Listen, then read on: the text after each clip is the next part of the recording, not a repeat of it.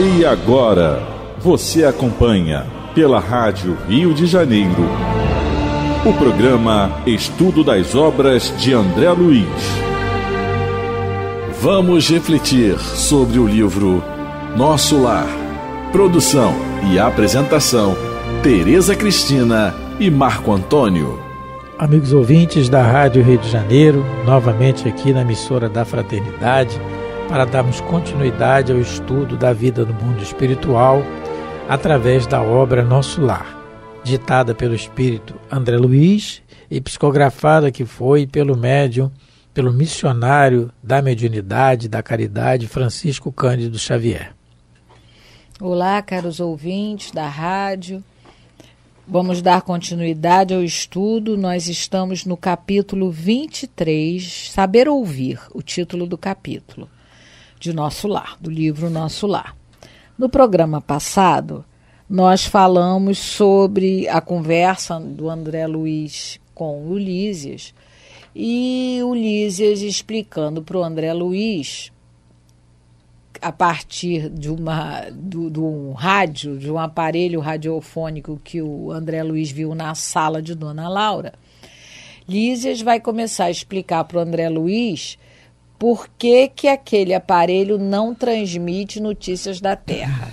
Porque o André Luiz logo perguntou para ele, né, se poderia ouvir vozes do planeta Terra, né, dos encarnados ainda. E o Lísias diz para ele que não, que primeiro que as vibrações que o rádio, que aquele tipo de aparelho radiofônico capta, são vibrações muito mais sutis, muito menos grosseiras do que as vibrações que a gente tem aqui na Terra. As ondas são muito mais suaves, sutis, vamos dizer assim, né? Mais leves, né? Vamos falar assim. E logo depois ele vai dizer que nos ministérios de Nosso Lar, que são 6, lá sim, lá existem aparelhos que trazem as notícias da Terra, as notícias importantes, é lógico, não é? Ninguém vai ficar o tempo todo vendo detalhes do nosso cotidiano, não é isso. São as coisas sérias que estão acontecendo no mundo. Então, aí o Lísias explica para ele, ó, lá nos ministérios tem aparelhos radiofônicos que trazem notícias da Terra. Mas nas residências, nos lares, isso alteraria a paz, o equilíbrio. Por quê? O compromisso nosso agora, aqui em Nosso Lar, a gente já viu qual é? Pensar no bem o tempo todo, não é? E ele fala para o André Luiz que também há o compromisso de se trabalhar no bem e ter um aprendizado novo de ensinamentos superiores. Lá, né, que as pessoas lá em Nosso Lar, elas têm que estar voltadas para o que acontece com elas, não é? No trabalho, em casa. A gente até comentou que a Dona Laura, o trabalho dela, além do trabalho fora, lá no Ministério do Auxílio, porque para a gente lembrar que o André Luiz, ele mora no Ministério do Auxílio, lá onde Dona Laura mora. Ele, como se diz, ela tem preocupações com a neta, com a filha que vai desencarnar, então todos em Nosso Lar não tem a permissão de ficar ouvindo as notícias da Terra, porque isso atrapalharia, isso com certeza ia desequilibrar todos os moradores de Nosso Lar. Então, aí foi isso que a gente viu no último programa. E aí o André Luiz vai continuar, não é, com as perguntas, porque para ele essa resposta ainda não o convenceu. Agora ele está explicitando mais por que realmente que ele está assim, indignado de que o Nosso Lar não transmite as notícias da Terra. Ele mesmo gostaria. Vai admitir para ele. Agora, né? Ele vai falar. Então nós vamos ler o parágrafo 15º. A observação era justa, mas habituado ao apego doméstico, inquirir de pronto. Então ele mesmo já está consciente que a afeição dele pela família era uma afeição desequilibrada. Era um apego, era posse, não é? Provavelmente, né? O André Luiz, ele se sentia dono da família dele. Será tanto assim? E os parentes que ficaram à distância? Nossos pais, nossos filhos, ele só esqueceu de botar a esposa. Né? Aqui ele não botou, mas a preocupação dele, principal, não era pai e mãe não, porque já tinham desencarnado, a época que ele desencarnou, era a esposa, era a Zelinha, né? O nome dela era Zélia. Então era a Zelinha.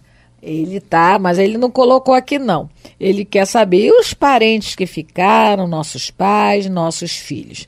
Aí novamente o Lísias leu o pensamento dele porque falou assim, já esperava essa pergunta.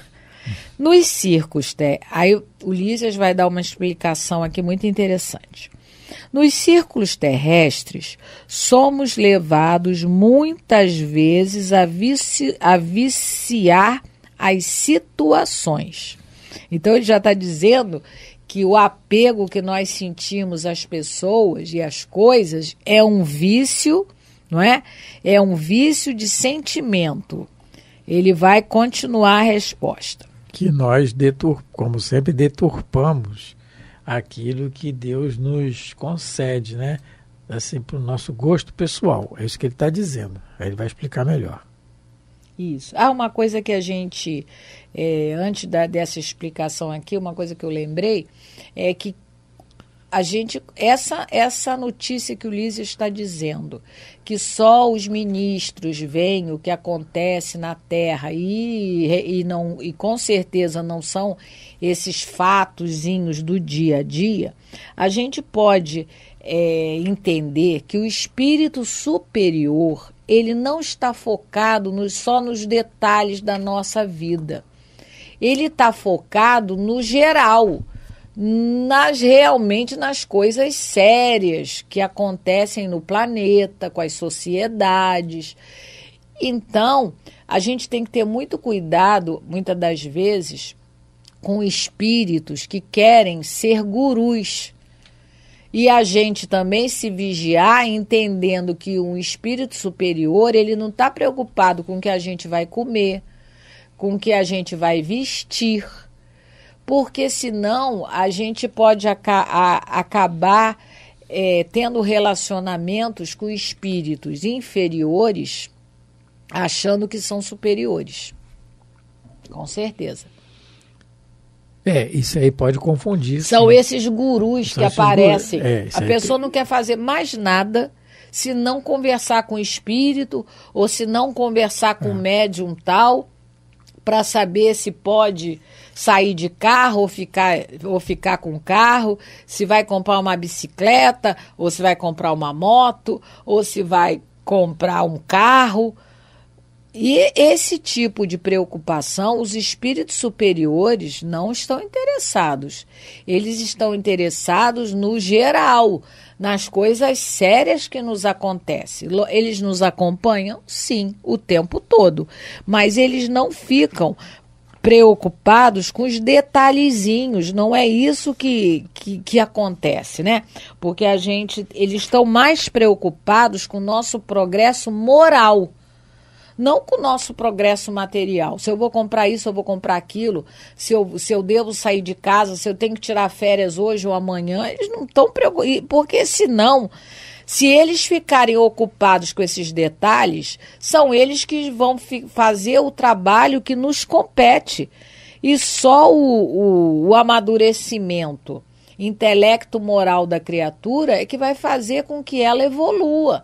Mas se tem um espírito fazendo o tempo todo isso pra gente, fica mais complicado, né? Aqui na pergunta, no Livro dos Espíritos, tem uma pergunta, a de número 501, Kardec pergunta assim aos espíritos: por que é oculta a ação dos espíritos sobre a nossa existência?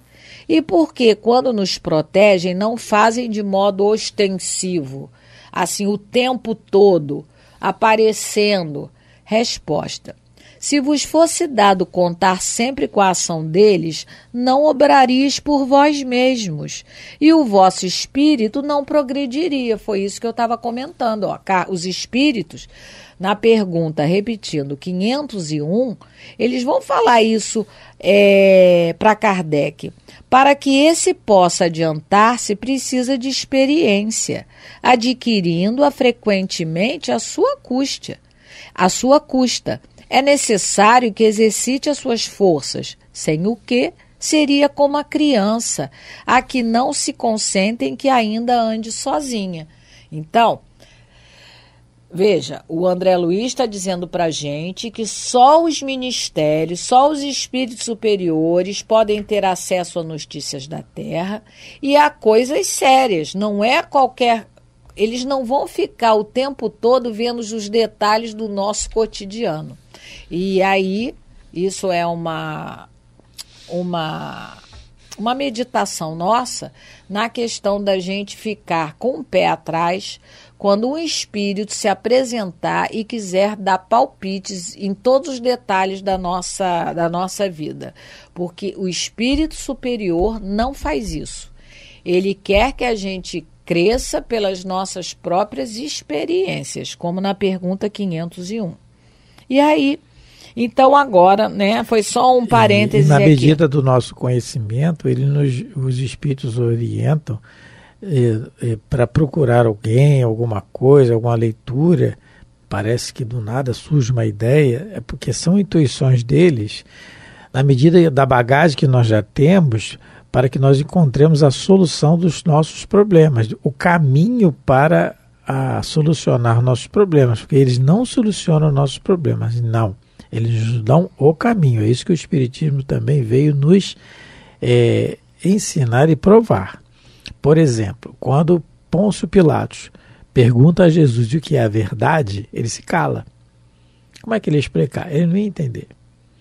Então, por que também Jesus falava para a maioria do povo em parábolas, usando o dia a dia da época, a agricultura, a sementeira, o cuidado, não é? A parábola do filho pródigo, a parábola do bom samaritano, são situações corriqueiras que aconteciam na época que ele usava para nos ensinar, nos dizer sobre o reino dos céus, sobre a nossa felicidade. Então, na medida de que cada um tenha um conhecimento, vai nos ser oferecido o caminho, de acordo com o conhecimento que a gente tenha, o caminho para o nosso comportamento.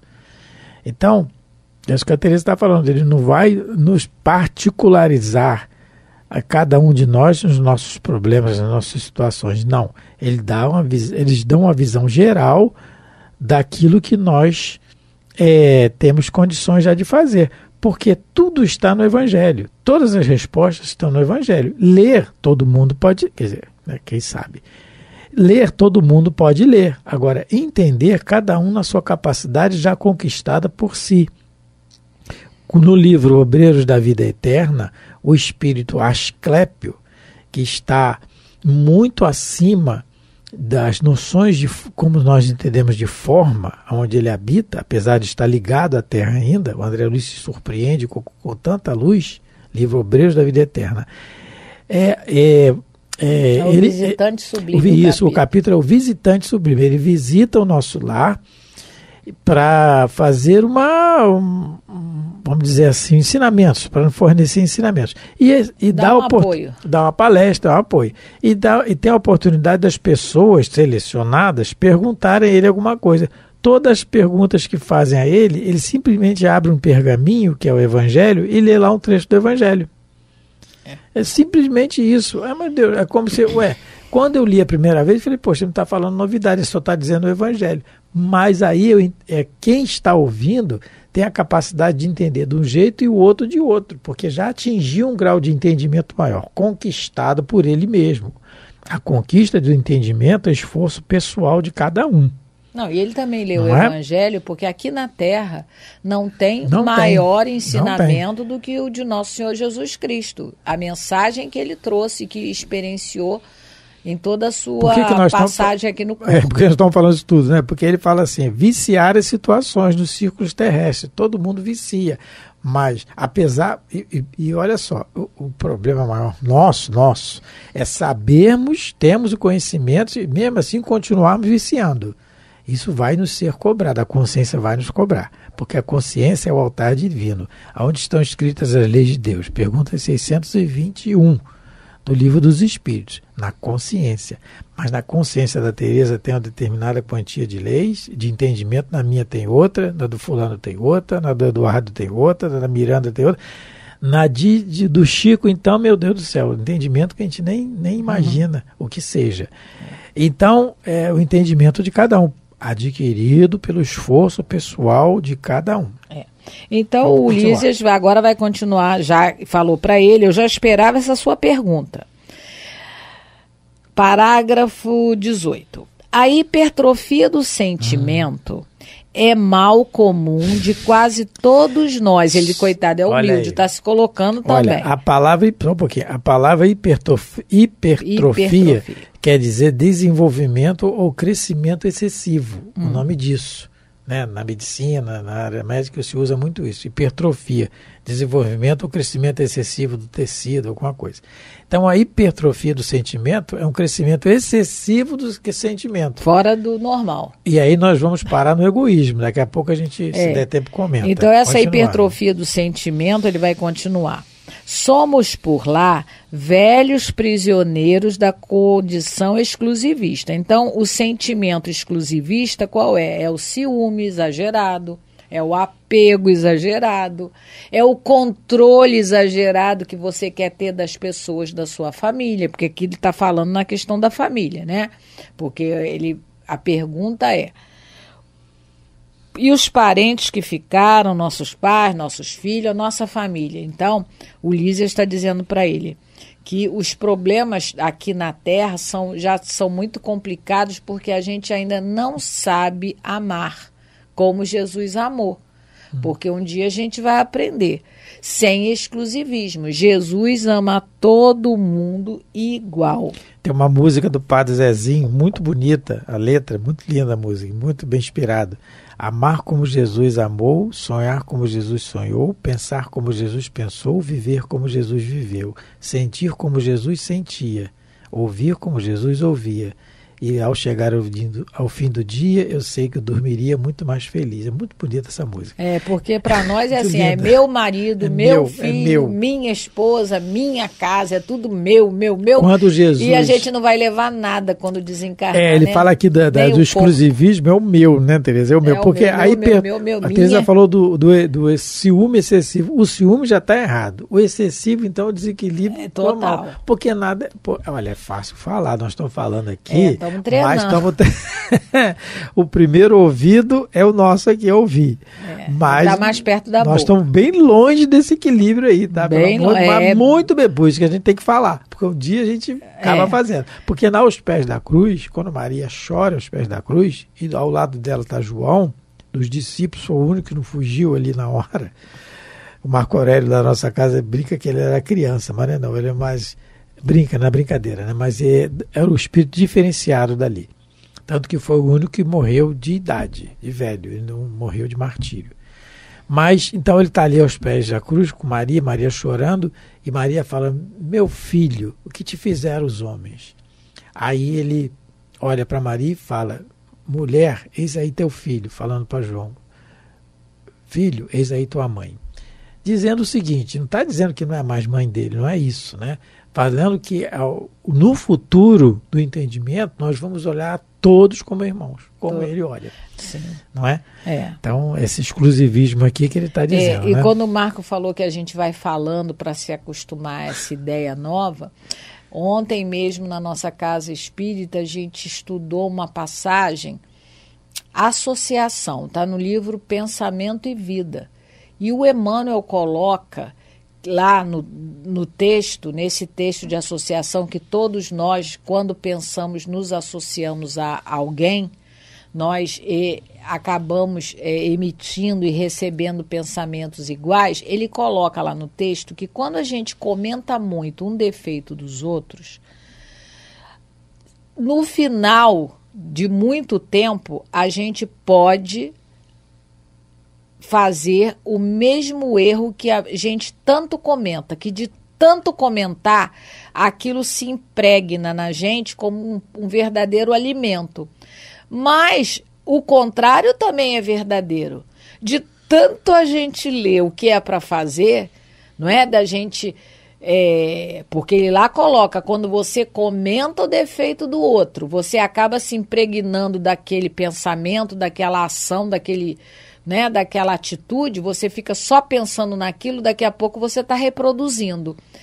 O contrário também é verdadeiro. De tanto a gente ler o que é para fazer, vai chegar uma hora que aí a gente vai ficar condicionado realmente a se esforçar primeiro, né, para ver se consegue fazer, até que um dia, de tanto se esforçar em fazer a coisa certa, a gente vai acabar fazendo. São os hábitos. Também nesse livro ele fala sobre os hábitos, né? Então... ele fala aqui, Tereza, olha só, somos por lá velhos prisioneiros da condição exclusivista, do que é, né, do meu. Então ele fala o detalhe, velhos prisioneiros. Então, são muitas e muitas existências na mesma condição. Isso que a gente sente hoje, olha, é assim que os Espíritos nos dizem. Tudo que a gente faz com facilidade hoje é porque já é uma conquista. Nossa, a conquista é aquilo que a gente faz sem esforço, sem suar, assim, internamente. Então, tanto para o bom quanto para o mal, são conquistas. Claro que como a nossa fatalidade é o bem,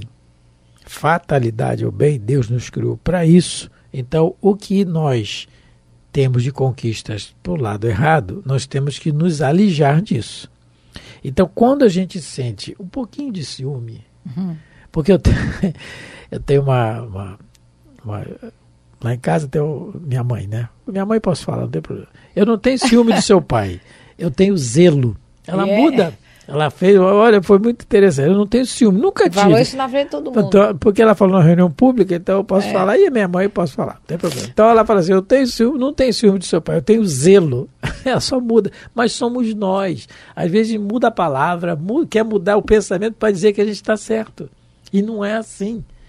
Não é. Nós temos que, primeiro, o que a Teresa falou, nos habituar a ler o que é certo, a nos informar do que é certo. Os espíritos responderam a Kardec que o espiritismo bem entendido, ele bem entendido, bem compreendido. Como é que eu compreendo uma coisa se eu não ler, se eu não estudar, se eu não ouvir palestras edificantes de tantos oradores que nós temos aí no movimento que nos explicam tão bem a doutrina, tão bem o evangelho, né?